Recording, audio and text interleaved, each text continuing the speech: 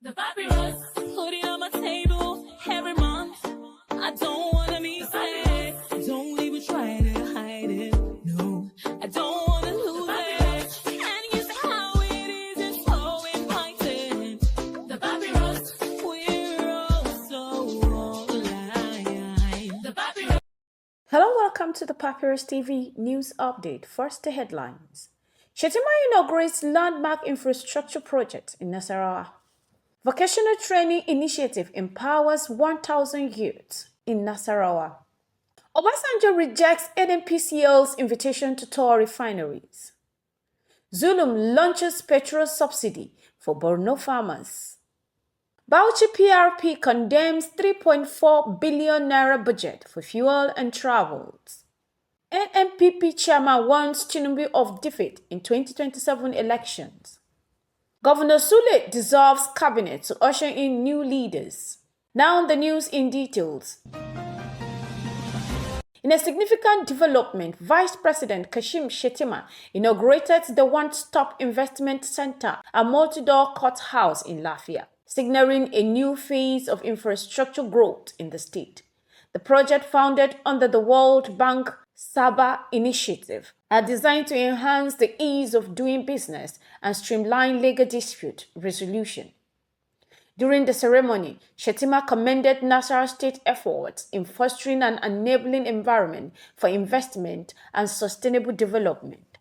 Governor Sule, in his remarks, described the project as transformative, highlighting their potentials to attract investment and boost economic activities across the state. The event marked another milestone in the state's journey.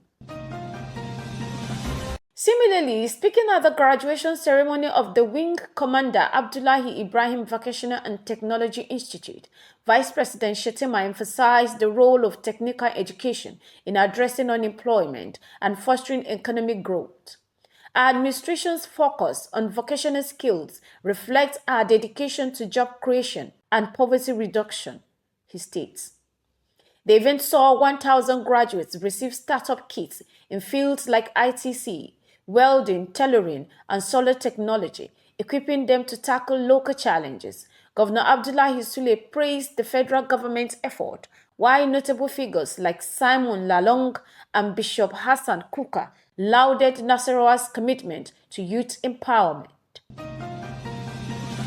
Moving on, former President Olusegun Obasanjo has criticized the Nigerian National Petroleum Corporation Limited, NNPCL, for extending what it described as a disrespectful invitation to tour the Port Harcourt and Warri refineries.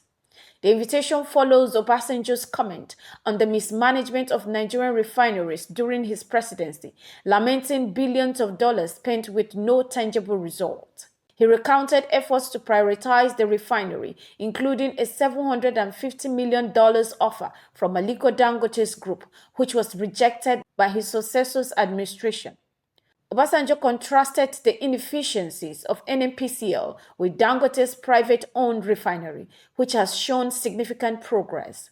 NNPCL claims improvement under new management, but Obasanjo's spokesperson dismissed the invitation as an absolute insult, fueling a national debate on the future of Nigeria's oil sector. The Borno State Governor Babagana Zulum has announced a subsidy reducing petrol price to 600 naira per litre for farmers in areas ravaged by insurgency, down from 1,200 price in Maiduguri. At a ceremony in Bama town, Zulum also distributed farming inputs to over 5,000 displaced farmers, including fertilizer, pumps, seeds, and pesticides. The governor noted that rising fuel costs were crippling irrigation farming, a critical part of the region's economy.